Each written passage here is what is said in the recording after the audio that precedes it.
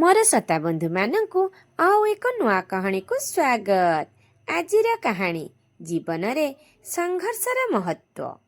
यही कहानीटी जीवन रे संघर्षर महत्व बहु पूर्वर एक लोकप्रिय कहानी। यही कहानी शुणिबाकू जेमिति भल लागे एथिरे थिबा शिक्षण कथा को जदि आमे आम जीवन रे लगेइबा ताहले जीवन रे सफलता हासिल करिबा बहुत सहज हेबो। आसंतु कहानी आरंभ करिबा। बहु पूर्वरु एक कृषकटीए थाए। से बहुत परिश्रम करी चली थाए, किंतु फसल अधिकांश समय रे तार नष्ट हो जाउथाए। बेले बेले प्रबल वर्षा कारणरू आउ केतेबेले शक्तिशाली सूर्य किरण हेतु आउ पुणी अत्यधिक ठंडा हेतु ताकू फसल अमल करने कठिन करी परिश्रम करने पड़ुथिला, किंतु से ठीक भावरे फसल अमल करि पारु नथिला। एही सबु कारणरू गोटे दिन से बहुत दुखित थिला। से मने मने भाबिला, जदि मोर फसल बिना बाधा पाई अमल हुअंता मु एहाठारु 2 गुण अधिक अमल करंती। तेणु से ईश्वर को उपरे क्रोधित हेला। से निरंतर ईश्वर को गाली दे चलिला। एही कथा जेतेबेले देवी परमेश्वरी शुणिले से परमेश्वर को कहिले, लोक माने किते परिश्रम करी तांकर चाष कार्य करूचंती, आपण सेमानक सहित केमिति एते निष्ठुर होई पारुचंती। फल आज आपण को जने बहुत गाली देउची। यह सुनी भगवान कहिले, नाही मु सेमानक सहित किंबा कहारी सहित अविचार करी नाही। यह सुनी देवी कहिले, जेतेबेले से एते परिश्रम करुची सेही अनुसारे से फसल अमल करि पारु नाही। से जदि भल फसल अमल करि पारंता ताहेले से खुशी रे रुहंता, आउ आपण को एही भली गाली दियंता नाही। यह सुनी भगवान हसिले एवं कहिले, हौ ठीक अछि, मु तुम कथा मानी ता पाखको जाउची। यह परे भगवान से कृषक पाखरे आसी उपस्थित हेले। कृषक भगवान को दर्शन पाई मध्य ता मुहरे जेमिति हस देखा जिबा कथा सेही खुशी परिलक्षित हेला नाही। भगवान कहिले, तुमे मते काहेकि एते गाली करूच? कृषक भगवान को कहिला, तुमर कृषि विषय रे किछि ज्ञान नाही बोधे।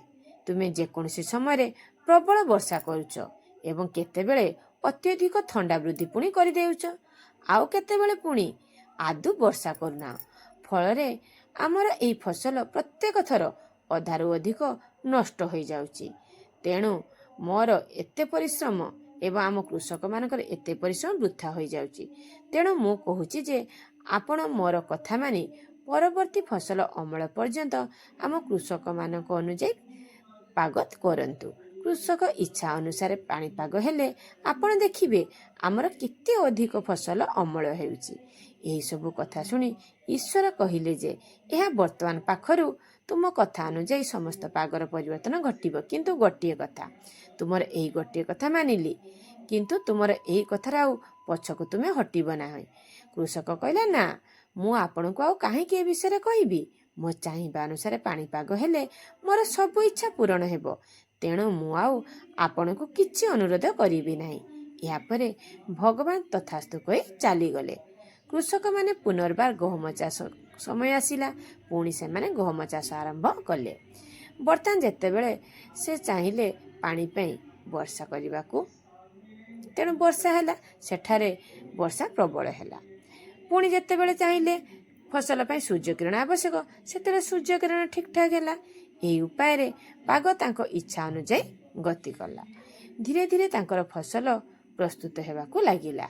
सबुज खेतरे सुनार फसल देखि कृषक बहुत खुशी थिले। जेतेबेले फसल अमलर समय आसिला सेतेबेले फसल रे गहमर सुस्थ सबल दाना देखिबाकू सेमाने पाइले नाही। गहमर दाना गुड़िक ठीक भावरे परिपुष्ट होई नथिला। याकू देखि कृषक भाबिला, भगवान मो सहित किछि छलना करिसेंती। तेणु से ईश्वर को पुणी स्मरण कला। यह देखि भगवान देवी को कहिले, देख मु तुम कथारे कृषकर इच्छा पूर्ण कली, तापर मध्य से मते स्मरण करी दोष देउची। देवी कहिले, हाँ ठीक कथा, हो आपण आगे जाई तार गाली देबार रहस्य बुझी आसंतु।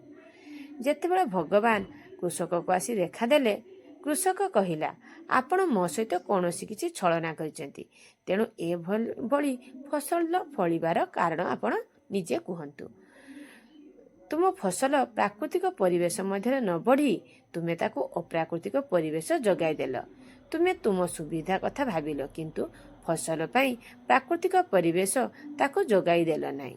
ଏହି କଥା ଭଗବାନ ତାକୁ କହିଲେ। ଆଉ ପୁଣି ଭଗବାନ କହିଲେ ଯେ ତୁମର ଫସଲ ସବୁ ବଢ଼ିବା ପାଇଁ ପରିବେଶ ସହିତ ସଂଘର୍ଷ କରିନାହିଁ, ସେଥିପାଇଁ ଏହା ଖାଲି ହୋଇଯାଇଛି। ଏହା ଭିତରେ କୌଣସି ପରିପୃଷ୍ଟ ମଞ୍ଜି ହୋଇପାରିନାହିଁ।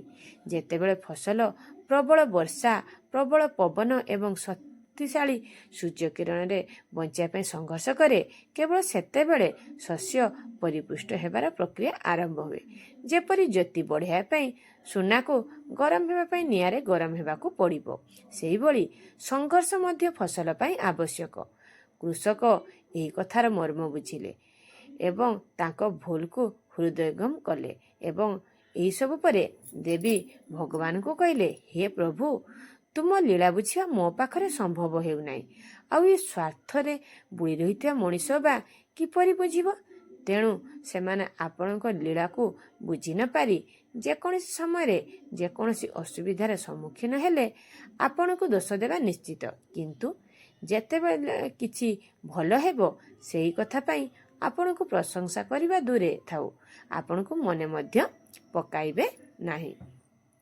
ଏହି କାହାଣୀରେ ଆମେ ଶିକ୍ଷା କ'ଣ ପାଇଲୁ ଜାଣିବା। ଏହି କାହାଣୀର ଶିକ୍ଷା, ଯେପର୍ଯ୍ୟନ୍ତ ଆମ ଜୀବନର ବାଧା ନାହିଁ, ଆମର ପ୍ରତିଭାର ଉନ୍ନତି ହୁଏ ନାହିଁ। ବାଧା ବିଘ୍ନ ହେଉଛି ଆମକୁ ସାହସୀ ଏବଂ ସଫଳତା ହେବା ପାଇଁ ପ୍ରେରଣା ଦିଏ।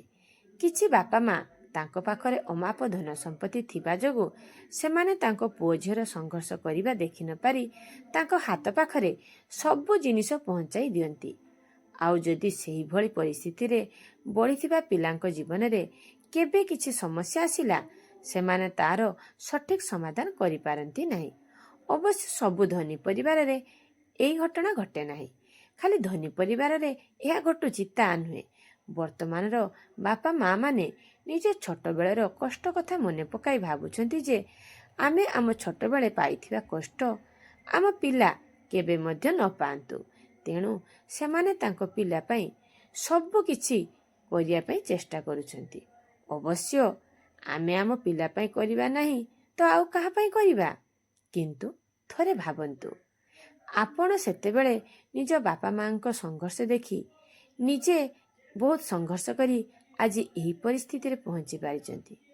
ତେଣୁ ଆପଣ ଆପଣଙ୍କ ଜୀବନରେ ସଂଘର୍ଷର କାହାଣୀ ପିଲାମାନଙ୍କୁ କହିବା ସହିତ ନିଜେ ବର୍ତ୍ତମାନ ମଧ୍ୟ ସେମାନଙ୍କୁ ଭଲ ଭବିଷ୍ୟତ ଦେବା ପାଇଁ ନିଜେ ସଂଘର୍ଷ କରୁଥିବା କଥା ସେମାନଙ୍କୁ ହୃଦୟଙ୍ଗମ କରାନ୍ତୁ। ଫଳରେ ଆପଣଙ୍କ ପିଲା ସବୁବେଳେ ଜୀବନରେ ସଂଘର୍ଷ କରି ସଫଳତା ପାଇବାର ଆନନ୍ଦ ଅନୁଭବ କରିପାରିବ। ନଚେତ୍ ପ୍ରଥମ ବିଫଳତାକୁ ସହି ନ ପାରି ସେ ଭୁଲ ନିଷ୍ପତ୍ତି ନେବ। ଫଳରେ ଆପଣ ଚାହୁଁଥିବା ସ୍ଥାନରେ ତାକୁ କେବେ ମଧ୍ୟ ଦେଖିପାରିବେ ନାହିଁ। ତେଣୁ ନିଜ ପିଲାଙ୍କୁ ସଠିକ୍ ମାର୍ଗରେ ପରିଚାଳିତ ହେବା ପାଇଁ ସବୁ ପରିସ୍ଥିତି ସହିତ ସଂଘର୍ଷ କରିବାକୁ ଛାଡ଼ନ୍ତୁ। କିନ୍ତୁ ଆପଣମାନେ ତାଙ୍କ ପଛରେ ଛାଇ ଭଳି ଥାଆନ୍ତୁ। ଆବଶ୍ୟକ ସ୍ଥଳେ ଜୀବନ ବାଟରେ ଝୁଣ୍ଟି ପଡ଼ିଲେ ତାକୁ ଉଠିବାରେ ସାହାଯ୍ୟ କରି ଆଗେଇ ନିଅନ୍ତୁ। ଏଇଠି ମୋ କାହାଣୀଟି ସରିଲା। ଆପଣମାନଙ୍କୁ କାହାଣୀଟି କିପରି ଲାଗିଲା ନିଶ୍ଚିତ ଜଣାଇବା ସହିତ ମୋର ଚ୍ୟାନେଲକୁ ସବସ୍କ୍ରାଇବ୍ କରିବାକୁ ଆଦୌ ଭୁଲିବେନି। ତା ସହିତ କାହାଣୀଟିକୁ ଲାଇକ୍ ଓ ସେୟାର କରିବାକୁ ଆପଣମାନେ ପଛଘୁଞ୍ଚା ଦେବେ ନାହିଁ। କାହାଣୀଟିକୁ ସମ୍ପୂର୍ଣ୍ଣ ରୂପେ ଶୁଣିଥିବା ଯୋଗୁଁ ଆପଣମାନଙ୍କୁ ଅଶେଷ ଅଶେଷ ଧନ୍ୟବାଦ। ଆଉ ଏକ ନୂଆ କାହାଣୀ ସହିତ ମୁଁ ପୁଣି ଆସିବି। ରହିଲି। Thank you.